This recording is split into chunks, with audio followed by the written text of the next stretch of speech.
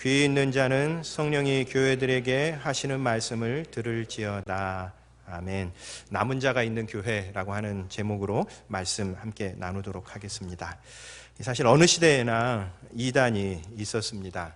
요즘 특별히 좀 이단이 기승을 부리는 것 같지만 잘 되돌이켜 보면 어느 시대에나 이단이 있었고, 이단들은 좀 공통된 몇 가지 특징을 보입니다. 우선 성경보다 권위 있는 어떤 문헌이나 사람이 이단에게는 반드시 있습니다. 모든 이단들이 사실 성경에서부터 시작을 합니다. 그런데 결국은 그 성경을 제대로 해석한 것이 누구냐를 판가름하는 어떤 문서 혹은 존재가 반드시 있습니다. 여호와의 증인들은 이제 몰몬경이라고 하는 새로운 계시가 있고요. 그리고 흔히 이제 교주라고 하는 사람들이 이단들에게는 있어서 그 사람들의 해석이 성경보다 훨씬 더 중요합니다. 그래서 사실 이 이단이라고 하는 이 집단들이 굉장히 편협하고 아주 폭력적입니다. 그래서 이 교주의 해석에 반하거나 교주의 해석과는 다른 어떤 해석을 들이대면 가차없이 그 집단에서 내쫓김을 당하는 경우가 굉장히 많습니다. 여러분, 사실 우리 교회는, 그리고 성경은 하나님의 백성들이 다양하게 하나님께서 주신 큰 원칙 속에서 다양하게 서로 조화를 이루면서 살아가는 것을 생각하는데, 이단들은 그렇지 않은 겁니다. 그래서 대단히 좀 편협하고 폭력적인 그런 모습을 보이고, 또 이단들은 기존 교회를 부정하는 그런 특징을 가지고 있습니다. 왜 그런가 하면 자기들 외에는 구원이 없다라고 주장하기 때문에 자기들에게 속하지 않은 다른 교회는, 소위 말하는 이제 주류 교회, 정통 교회들은 다 타락한 교회들이고 잘못된 가르침을 가르치는 교회들이다라고 이렇게 주장을 하는 겁니다.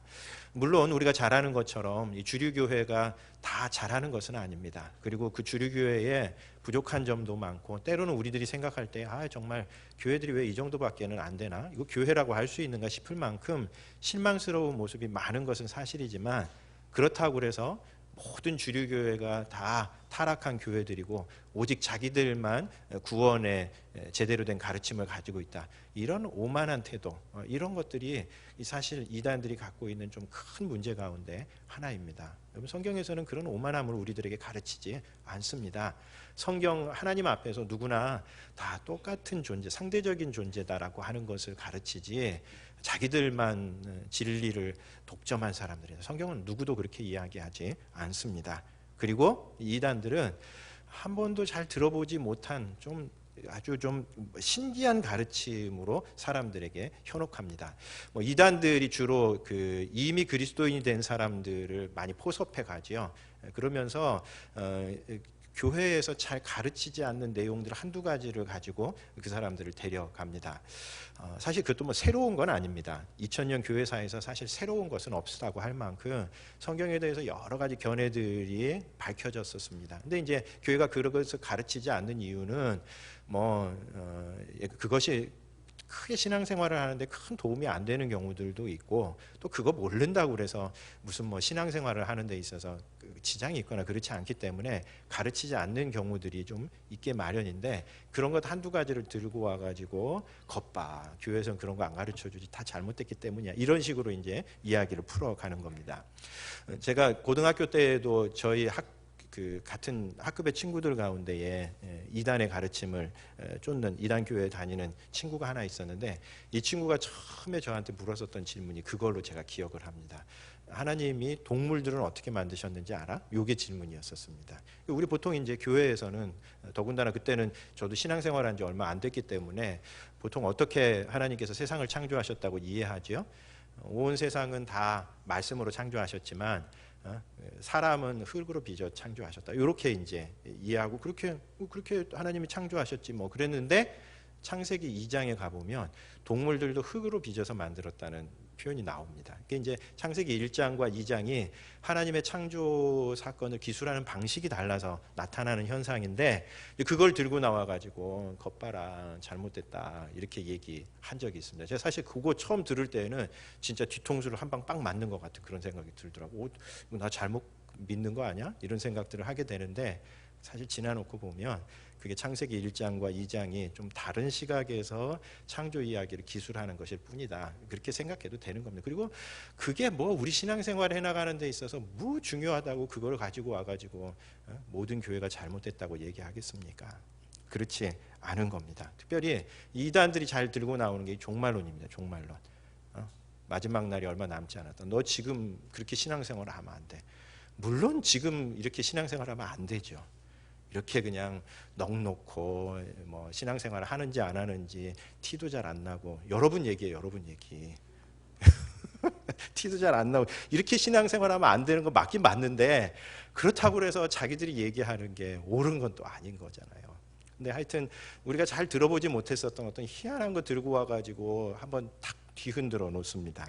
그럼 사실 이단에 대한 이야기는 좀 되게 조심스럽습니다. 왜냐하면 이 기독교 역사에서 이단이 좀 오용된 사례들이 굉장히 많기 때문에 그렇습니다. 그래가지고 여러분 잘 아시는 것처럼 실제로 서양 역사 속에서는 자신과 입장이 다른 사람들을 그냥 이단으로 몰아서 엄청나게 박해하고 목숨을 빼앗았던 그런 어떤 경험이 있는 거로 사실 이단에 대한 이야기는 좀 조심스러워야 하는 건 분명합니다. 그럼에도 불구하고 우리 기독교의 기본적인 가르침의 밑바탕에는 우리가 바른 것을 믿어야 한다. 바른 게 무엇인지를 분별해야 한다는 그 가르침이 있습니다. 그러니까 쉽게 얘기하면 다 똑같이 믿는 거지 뭐.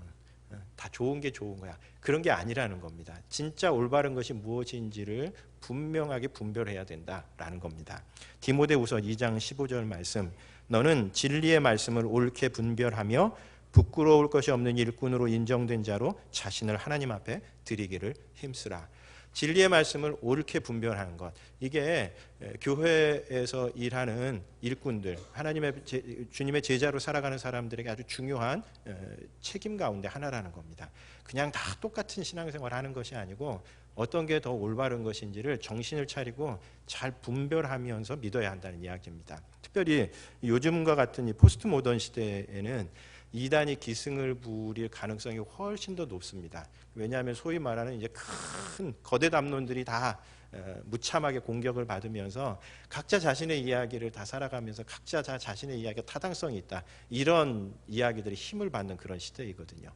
아마 그래서 최근에 우리 주변에 이단들의 아주 기승을 부리는 것도 이런 사회 분위기하고도 관련이 좀 있는 것 같습니다. 제가 최근에 유튜브 영상을 보는데 유튜브에 그 광고로 올라오는데 아주 희한한 광고가 하나 붙었더라고요. 우리 잘 아는 그 통일교 그 문선명 씨를 그야말로 평화의 어떤 사도처럼 그렇게 올리는 이 광고가 이 영상이 광고로 붙는 겁니다.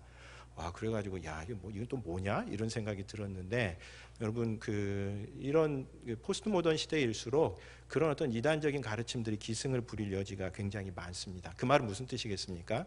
우리가 좀 정신을 차리고 바르게 믿는 것이 무엇인지 올바른 것이 무엇인지를 잘 좀 분별할 줄 아는 그런 안목을 가져야 한다라고 하는 그런 이야기입니다. 우리가 이 요한계시록 2장 3장을 보면서 소아시아 7교회에 보내는 편지들을 쭉 살펴가고 있는데 지난 시간에는 세 번째 교회인 버가모 교회에 대해서 좀 살펴보았었습니다. 사실 소아시아 7교회들이 좀 비슷한 상황 가운데 있었던 것 같습니다. 각 교회들마다 좀 독특한 차이 나는 점들이 있었지만 몇 가지 좀 공통된 요소들이 있었는데 버가모 교회에서 그 소아시아 7교회가 두 가지 위협 속에 있었던 것을 이야기해 줍니다. 첫 번째 위협은 바로 이 이단의 위협입니다. 이단의 위협. 잘못된 가르침, 소위 말하는 니골라당이라고 하는. 그래서 아마 추측하기로는 예루살렘 교회의 7 집사 중에 한 사람이었다가 나중에 변절한 이단의 가르침으로 넘어갔었던 이 사람의 가르침을 추종하는 그 사람들이 소아시아 7교회에 꽤 만연해 있었던 것으로 보여집니다. 그래서 이 초대교회 시대부터 이단이 있었습니다. 그리고 2000년 교회사에서 잘못된 가르침을 가지고 교회를 흔들고 교회를 어지럽혔었던 이단들이 어느 시대나 있었습니다. 요즘에만 그런 것이 아닙니다. 그래서 가끔 이렇게 이야기하다 보면 이단들이 왜 이렇게 많은지 하나님이 그냥 싹 그냥 휩쓸어 가시면 될 텐데 왜 그냥 놔두는지 모르겠다고 그렇게 안타까워하시는 분들이 있는데 여러분 이단 보시면서 너무 안타까워하시지 마시기 바랍니다. 왜냐하면 그때도 한번 제가 말씀을 드렸던 것처럼 짝퉁은 절대 값싼 거 가지고 짝퉁 만들지 않습니다. 그냥 우리가 어디서나 살 수 있는 건 절대 짝퉁으로 만들지를 않습니다. 짝퉁은 어떤 거가 짝퉁이 많죠? 여러분 명품 안 사보셨군요. 저도 안 사봤지만 이야기 들었습니다. 명품이 짝퉁이 많은 겁니다.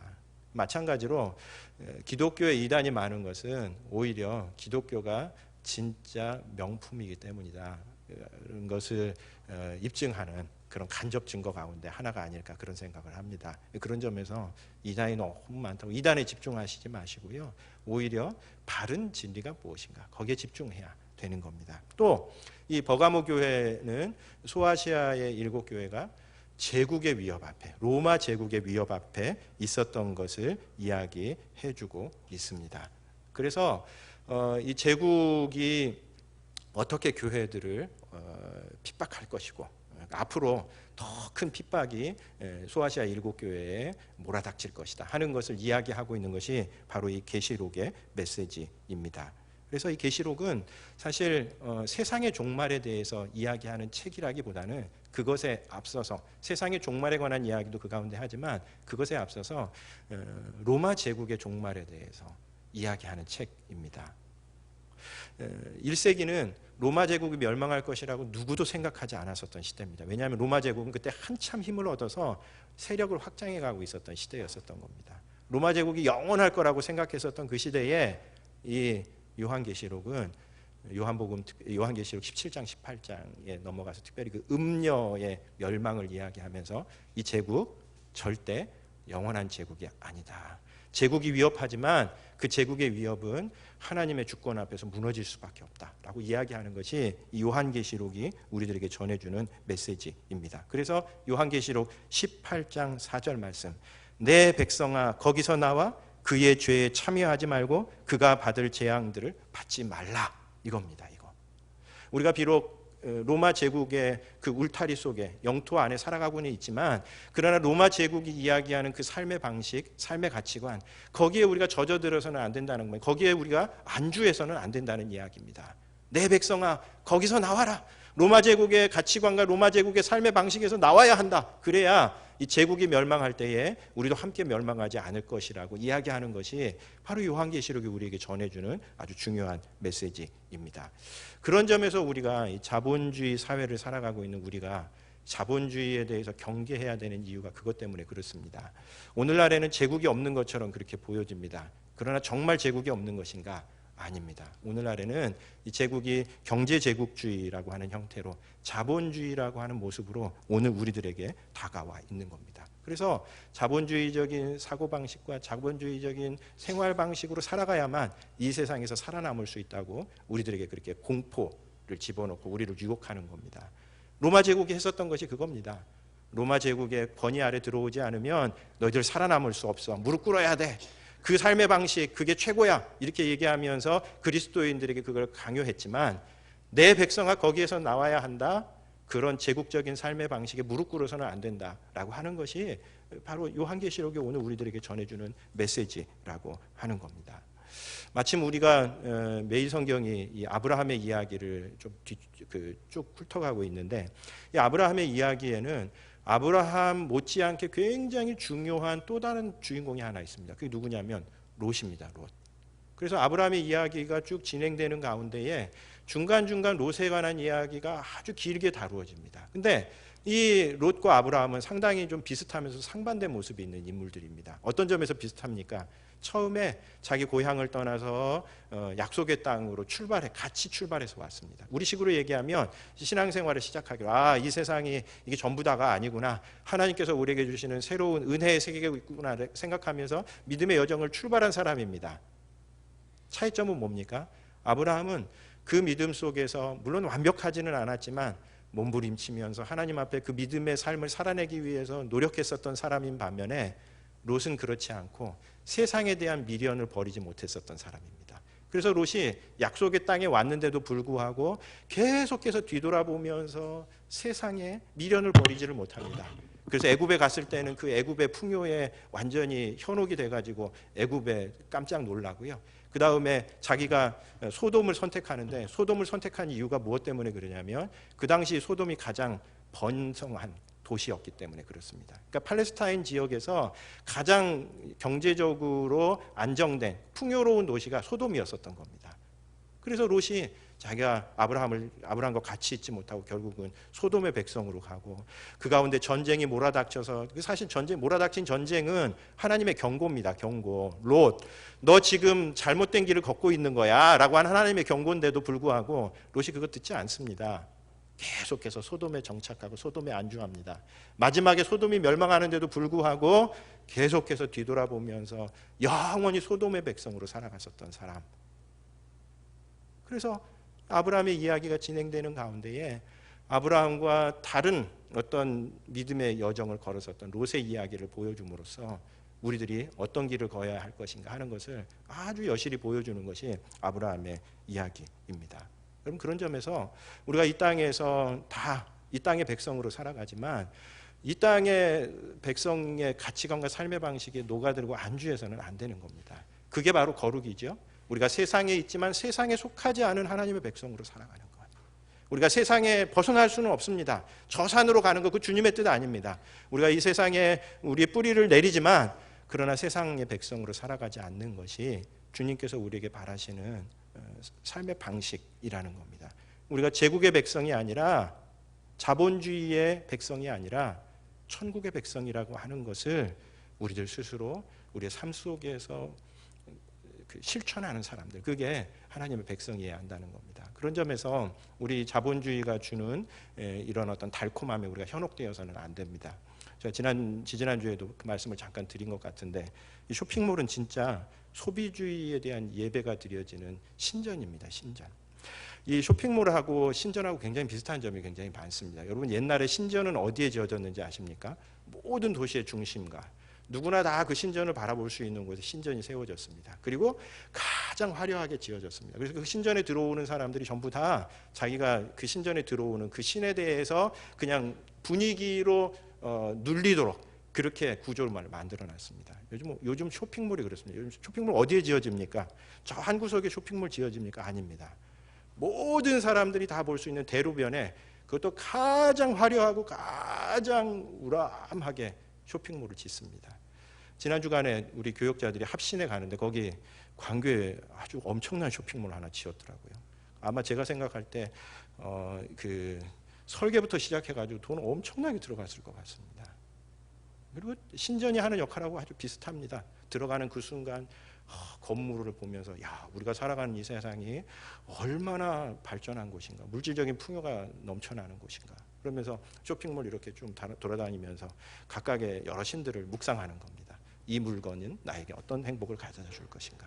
좀 묵상하면 거기서 이제 사제 한 명이 딱 나와가지고 물건에 대해서 상당히 자세하게 안내해 주죠. 이 물건을 사시는 순간 여러분에게는 어떤 삶의 변화가 일어날 것입니다. 그러면서 카드를 딱 긁게 만들고 난 다음에 그 물건을 들고 나옵니다.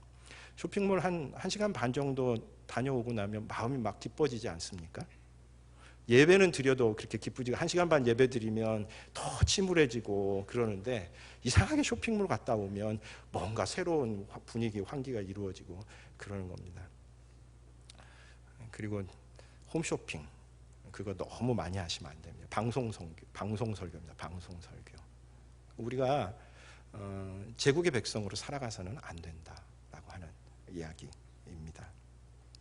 두아디라 교회는 사실 7도시 가운데 가장 작은 도시였다고 그럽니다. 근데 재밌는 것은 이 두아디라 교회에 보내는 편지 내용이 가장 깁니다. 그래서 7교회에 보내는 편지 가운데서 두아디라 교회에 보내는 편지가 제일 좀 깁니다. 그러니까 가장 작은 도시인데도 불구하고 작기 때문에 하나님께서 관심을 안 두시는 것이 아니라 오히려 작기 때문에 하나님께서 더 깊은 관심을 가지셨던 것. 그게 이제 두아디라 교회의 특징적인 모습인데, 이 두아디라 교회는 어떤 교회였던 것 같냐면 이단의 폐해를 아주 많이 겪었었던 그런 교회입니다.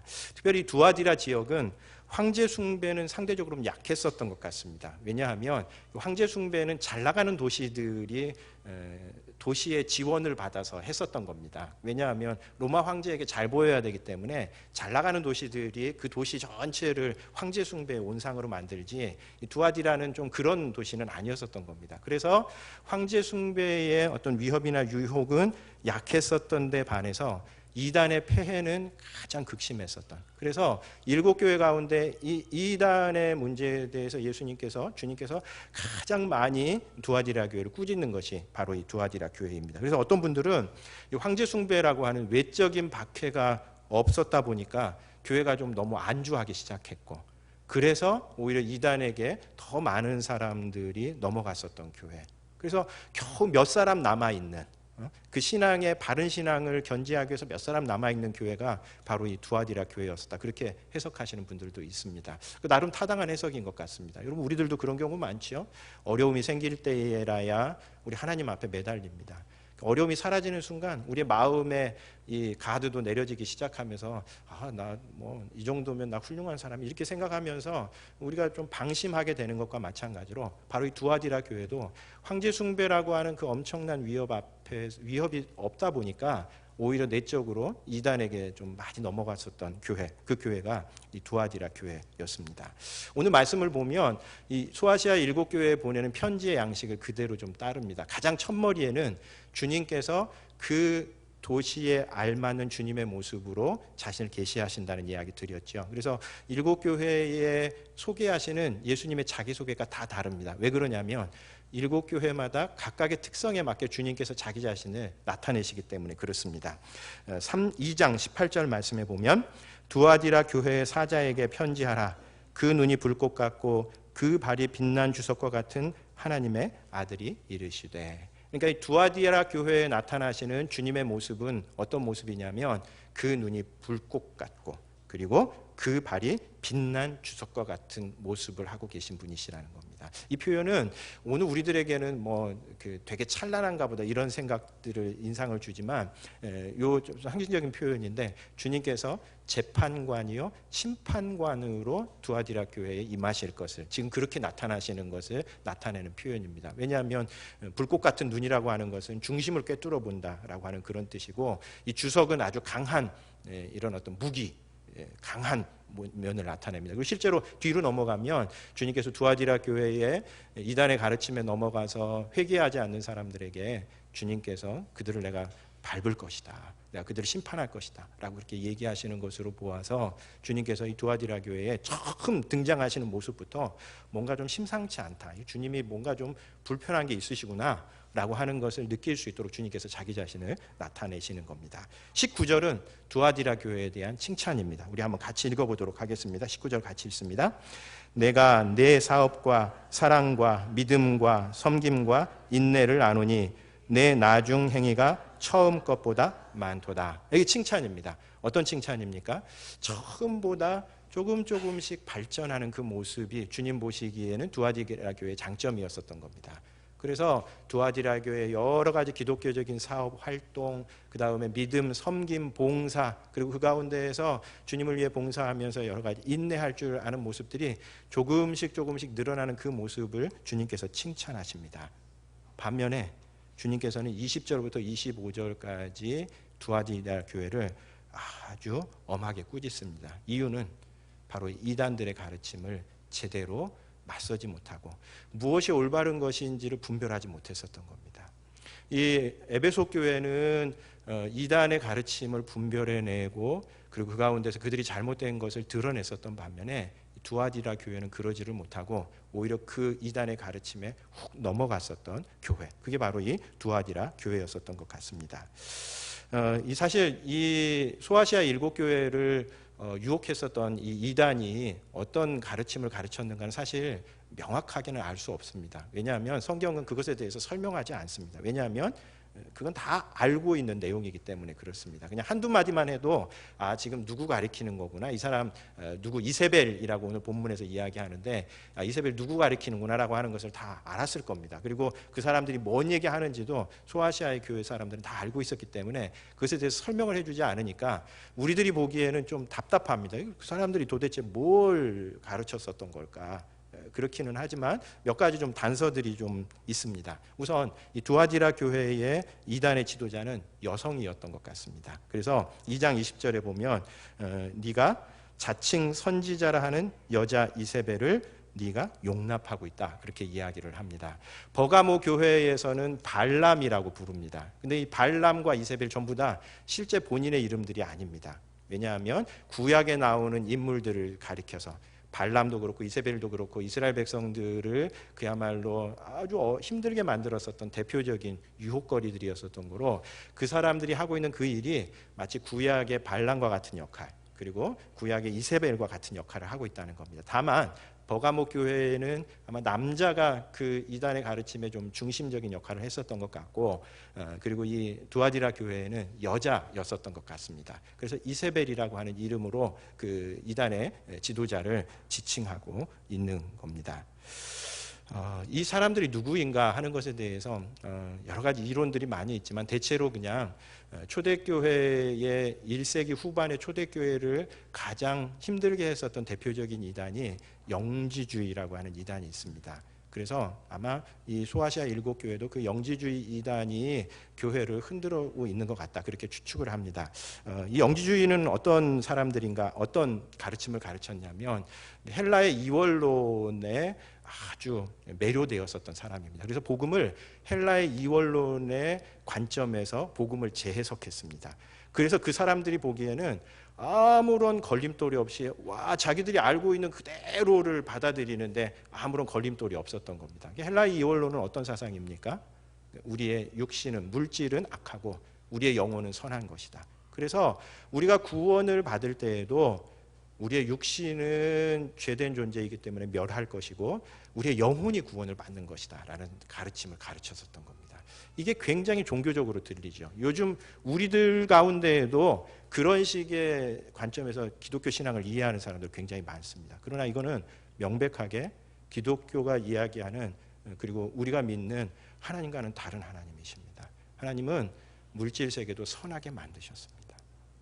다만 우리가 그것을 잘못 사용하고 있기 때문에 우리가 지금 엉망으로 만들어 놓은 것일 뿐이고, 하나님은 물질 세계가 악하다고 이야기하지 않습니다. 그리고 우리의 구원은 영혼만 구원받는 것이 아니라요, 우리의 전 인격이 하나님 앞에서 구원을 받는 겁니다. 그런데 그렇게 이제 영지주의적인 관점에서 복음을 해석해 놓고 보니까 어떤 식으로 이 가르침들이 흘러가게 되냐면, 그러면 우리가 육신으로 뭐 하든 상관없다. 왜냐하면 어차피 멸할 존재이니 우리가 육신으로는 부도덕한 일을 저질러도 그 어차피 멸망받을 거고 우리의 영혼만 하나님 앞에 순결하게 잘 지키면 된다. 이런 생각들을 가지고 있었던 겁니다. 그러니까 오늘 본문에서 이야기하는 것처럼 행음을 하고, 그러니까 성적 욕망에 자기 몸을 내던지고, 왜냐하면 이 육신은 어차피 멸망할 건데 뭐 그렇게 중요하겠습니까? 그리고 우상의 재물을 먹는 이 일들을 서슴지 않았었던 사람들이라고 그렇게 생각하고 있습니다. 두아디라 교회가 그렇게 좀 어려운 가운데 있는 교회였는데, 특별히 주님께서는 이 두아디라 교회의 가능성을 24절, 25절에서 보고 계십니다. 그럼 그런 이단에 넘어간 그 교회에 어떤 가능성이 있는가? 우리 24절, 25절 같이 한번 읽어보도록 하겠습니다. 두아디라에 남아있어 이 교훈을 받지 아니하고 소위 사단의 깊은 것을 알지 못하는 너희에게 말하노니, 다른 짐으로 너희에게 지울 것은 없노라.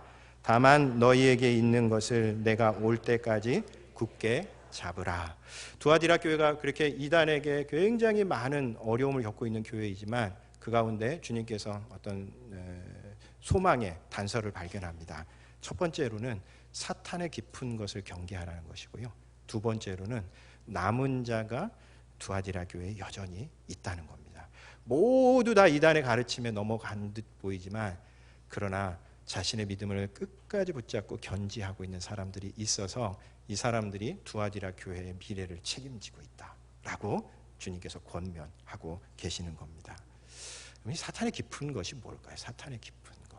이 말은 이 두아디라의 이단들이 두아디라 성도들을 꿰었었던 일종의 모토인 것 같습니다.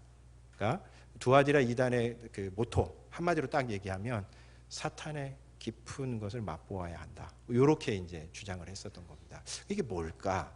크게 한 두 가지 정도 해석의 경향이 있는 것 같습니다. 이 따옴표를 어디다 찍느냐의 문제인데요. 하나는 첫 번째 견해는 사탄의 깊은 것, 여기 전체 따옴표를 찍는, 그러니까 두아디라 이단들이 우리가 구원받기 위해서는 사탄의 깊은 것까지도 다 경험해 봐야 된다. 그렇게 주장했었다고 보는 그런 입장이 있습니다. 뭐 예를 들면 아까 영지주의 이야기를 했는데 극단적인 영지주의자들 가운데에는 우리가 어떤 때 참된 구원에 이를 수 있느냐? 죄를 전부 다 지어보면서도 우리의 영혼이 하나님 앞에 순결함을 유지할 수 있어야 그게 진짜 구원의 상태다. 저는 이해가 잘 안 돼요. 근데 영지주의적인 사고방식을 갖고 있는 사람들에게는 이 말이 그대로 고스란히 이해가 될 수 있습니다. 왜냐하면 우리 육신은 어차피 멸망할 것이기 때문에 우리 육신은 아무리 많은지 심지어는 사탄의 깊은 것까지도 다 맛본다 하더라도 우리 영혼이 구원받을 수 있다. 오히려 그렇게 사탄의 깊은 것을 맛보아야 그게 진짜 구원이다라고 생각을 했었던 겁니다.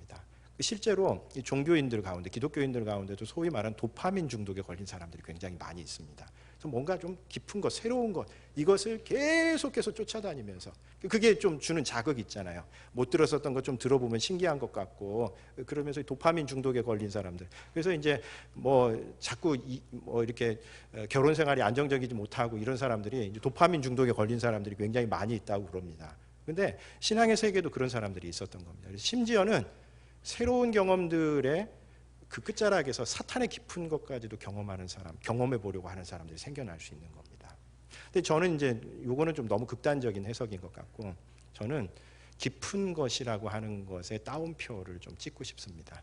그러니까 이 이단들은 지금 당신들이 알고 있는 것과는 다른, 차원이 다른 더 깊은 어떤 교훈과 더 깊은 영적인 세계가 있어.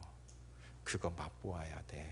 그렇게 주장을 했었다는 겁니다. 근데 그 가르침이 하나님에게서 온 것이 아니라 사탄에게 속한 것인 거예요. 왜냐하면 그렇게 하면서 계속해서 성도들을 유혹하기 때문에 사탄적인 것이다 라고 그렇게 이해하고 있는 겁니다. 그래서 저는 두 번째 입장을 받아들이는데 뭐 복잡하다, 뭔 뜻인지 잘 모르겠다 그러시면 어쨌든 요 이단들은 어떤 지금 내가 신앙생활하고 있는 이것과는 완전히 차원이 다른 또 다른 세계가 있어. 그거 맛보아야 구원을 얻을 수 있어.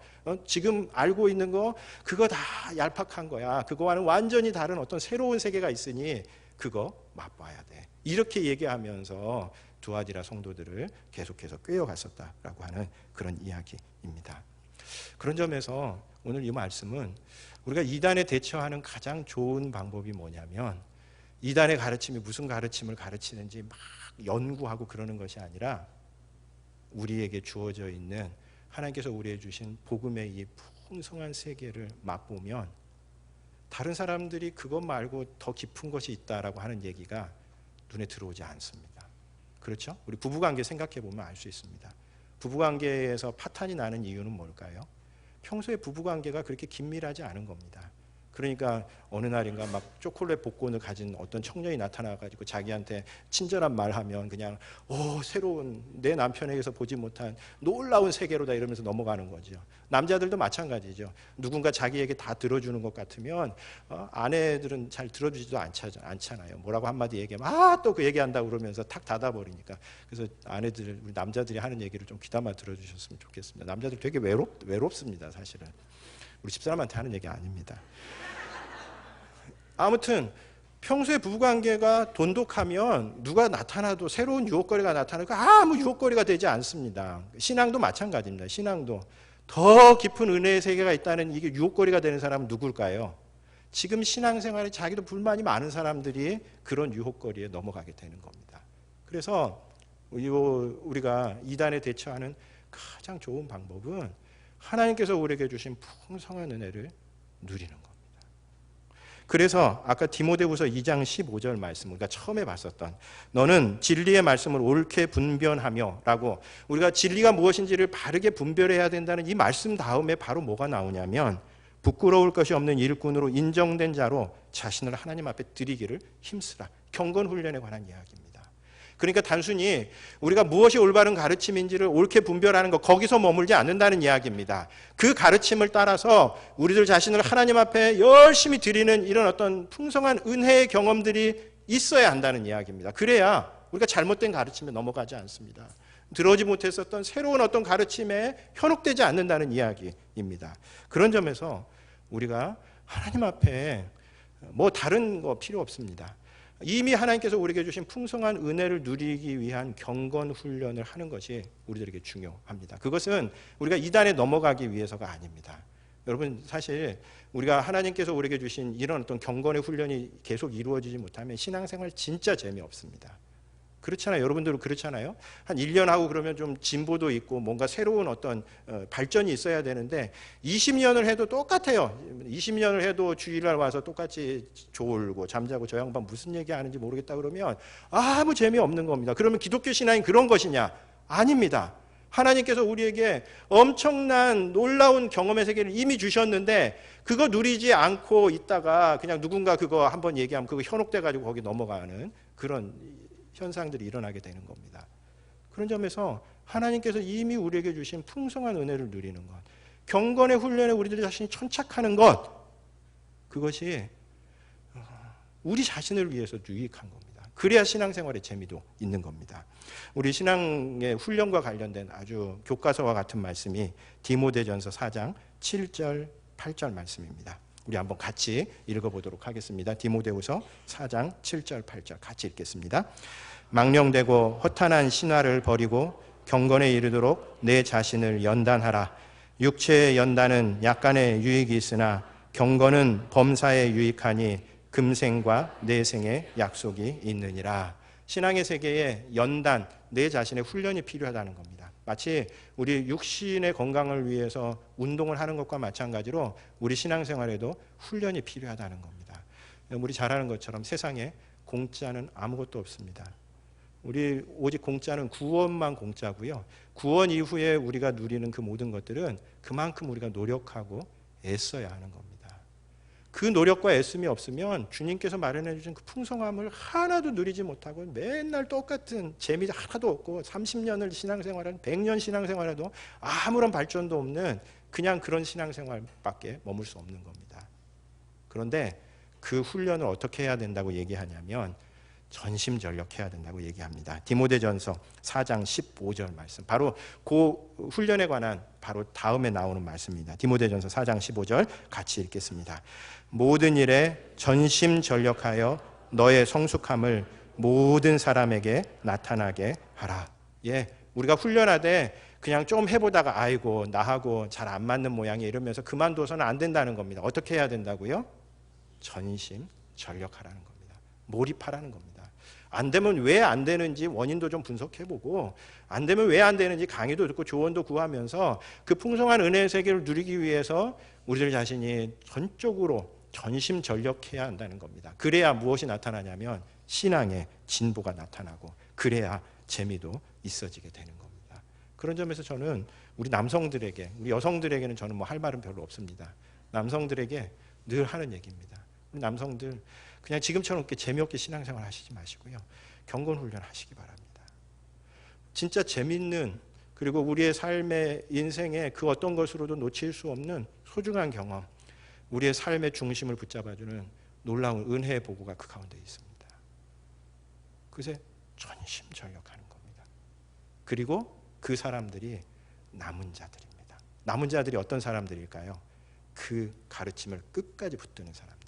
주변의 사람들이 사탄이 기쁜 것이 있어 그거 맛보면 진짜 엄청나 그러더라도 거기에 현혹되지 않고 자기가 지금까지 해왔었던 경건의 훈련들을 마지막까지 붙잡는 사람들. 그 사람들이 바로 남은 자들입니다. 시류에 편승하지 않고 그 가르침을 끝까지 붙드는 사람들. 그 사람들이 두아디라 교회의 미래를 책임질 수 있는 사람들이라고 얘기합니다. 형제교회의 미래는 누가 책임질까요? 형제교회의 미래도 하나님 앞에 전심전력해서 주님께서 우리에게 주신 그 가르침을 붙드는 사람들이 형제교회 미래에 책임집니다. 여러분, 하나님께서 우리에게 엄청난 은혜의 보고 풍성한 은혜의 창고를 마련해 주셨습니다. 다른 데서 그거 찾으려고 하시지 마시고 하나님께서 우리에게 주신 말씀과 기도 가운데 그 은혜를 누려가시는 우리 교우님들 되시기 바랍니다. 기도하겠습니다. 주님, 두아디라 교회에 주시는 말씀을 통해서 오늘 우리들을 각자에게 주시는 하나님의 음성을